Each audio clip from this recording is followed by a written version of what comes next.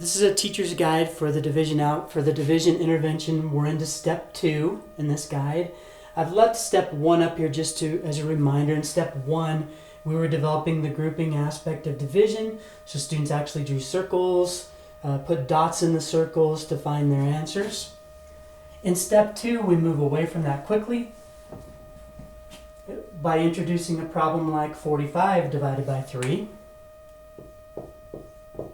And this might actually be one that they completed in step 1, but it took them a long time. So start by making the point. If I wanted to group these, this would take me a long time and I'd be more prone to error. So in math, we develop algorithms. This is where algorithms come from, or systems for efficient ways to manage large numbers. And this is really the main responsibility of math. All math starts with counting, organizing, grouping, taking apart. And if we're dealing with simple numbers, we can just count. But as numbers get bigger, simply as numbers get bigger, they get harder to manage. So we need to have systems to manage them. So people way in our past developed these systems, which become known as algorithms. And algorithms help us work with large numbers. So what we're going to start with in step 2 is show you how this procedure, this algorithm for dividing larger numbers works, so that you can work these out much more quickly than having to draw out the dots. So I make that point with kids. Now we're going away from the dots. We're going to start into the standard procedure here. Now in the standard procedure, what I'm doing is I'm going to ask a series of questions. I'm going to teach kids to ask a series of questions to solve them, and I'm going to use that approach repetitively with kids. I'm not going to do like any formal instruction on how to manage this algorithm. I'm just going to start working problems, use the language as I demonstrate, and I'm going to use it every time I demonstrate. And not like I'm going to ever demonstrate for hours at a time. I'm going to demonstrate like one problem and have them work them. And I may have to, at the beginning, I may have to remind them of the questions. But over time, the idea is that then they start to commit those questions to long-term memory. And the reason I use questions instead of some type of mnemonic is because I want to bring a higher level of inquiry to the process, which I think will, and conceptual understanding and connection, which I think will help fix the process into long-term memory for a much longer period of time than even a mnemonic might down the road. And maybe not, but nonetheless, it'll develop a higher level of conceptual understanding and mathematical reasoning potential down the road by doing it this way, I believe anyway. So you all know the standard method. There's one caveat to the standard method, a step in between them just lining everything across the top. Because what's confusing about that is in all math we work from right to left, and now in division we're suddenly asking them to work from left to right. So just the procedural aspects of it don't align with anything that's similar in the brain. Your brain always looks for similarity when it's learning it. Its first move is to search for something similar. So that's going to be a big learning turn that they have to make with division, is this left to right thing. So, and you only mitigate that through repetition. But in that repetition, I also don't want to walk away from place value understanding. So at the top of a lot of the lessons, almost all the lessons, I will have, I put a place value chart, and better that you just have one in your room, because I'm going to reference it a lot in regard to the digit. What's the digit worth?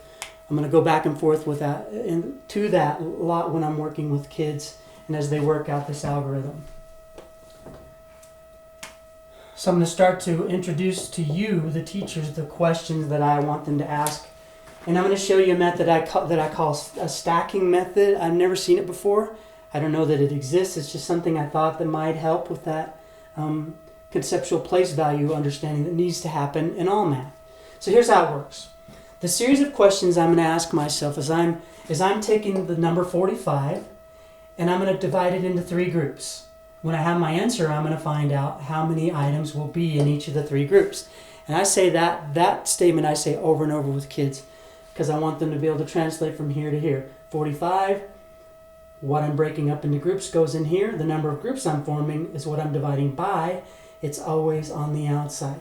And the answer will be how many items are in each group. And I just say that over and over and over again. I mean, I used to say, I got this tip from an old coach once. He said, when the kid, you use repetition in your coaching or your teaching, And when the kids start to roll their eyes, that's when you know they've got it. So you just keep saying it till they're like, I've got it. And that's when they have it. So the series of questions then beyond that, that's just setting it up, which is a major place where error can happen. So you want to be careful with that. Once it's set up into this form, then there's a series of questions that never changes. So kids will eventually get them really well.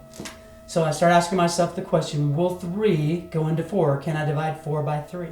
Does 3 go into 4? Yes, it does, because 4 is larger. So I can take 4 items and put it into 3 groups. How many times does 3 go into 4? So I start to search my facts. So I go to the multiplication chart if I have to. But I know that 3 times 1 is 4. So that's going to take care of that for me. However, this digit is in the tens column. So I'm actually multiplying by 10. And in the stacking method, I have them go ahead and put that down there. 3 times 10 then is 30. So, you know, in the old standard algorithm, you go 3 times 1 is 3. And then they just put an X, or maybe they add the 0, or maybe they just drop the 5. I think that's a mistake, because that's not actually what's happening. You're actually multiplying 3 times 10, you get 30, and then you find out what's left. So 0 from 5 is 5, 3 taken away from 4 is 1. And then I tell the kids when we get to this step, now I've taken care of 30 of those 45 items. So, and I remind them of the circles. I put 30 of them in the 3 groups, and each group now has 10. And then I have 15 remaining that I still have to do something with. So now I go through the process again. And I'm asking myself the same series of questions. Will 3 go into 1? No, it won't, because I can't break 1 up into 3 different groups. It's too small. So then I go to the next one. Will 3 go into 15? Well, yes, it will, because that's bigger than 3. And then I go to my chart, search for facts. They'll hopefully quickly find that it's 5. 3 times 5 is 15, because they're both in the ones. Subtract, I get 0.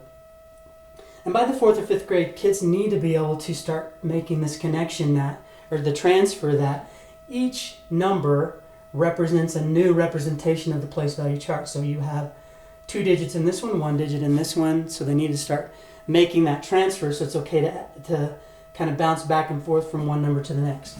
And then in the stacking method, it's 10 plus 5 is 15, so my answer is 15 with no remainder. The next step in this process, I might actually go to 3 divided into 46, wherein they're going to have 15. Their answer is going to be 15 with a remainder of 1. So like the first part of the lesson will have no remainder. The very next one will be remainder. So we go, in regard to the rigor, we start out with the easy or no remainders. Then we add remainders to increase the rigor a little bit, but we'll still be dividing single digits into double digits all through step 2. One thing I do in step 2, or starting in step 2 also, is on the answer sheets of the practice sets that I made, I actually put at the bottom that we have 3 groups of, and then there's a blank there, and then when there is a remainder, I put the remainder of. There's not always a remainder.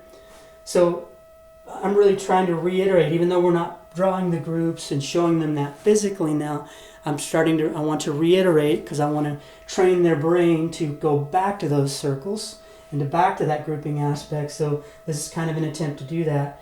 3 groups of, so my answer then is 3 groups of 15. And in this first example, no remainder. When I did this one, the remainder would be 1. So you'll see that on the answer sheets, or on the worksheets. If you don't like that, just do away with it and don't have them do that. It doesn't really matter. The idea was just to draw their eye still back to that grouping aspect, as we're trying to, again, the whole point is we want them to get to the point where when they see a simple division problem, like 3 goes into 45, their mind goes straight to, this is a grouping problem. Or even when they see this, division, grouping, circles, groups of, we want them thinking about that, because I think that'll clear up misconceptions.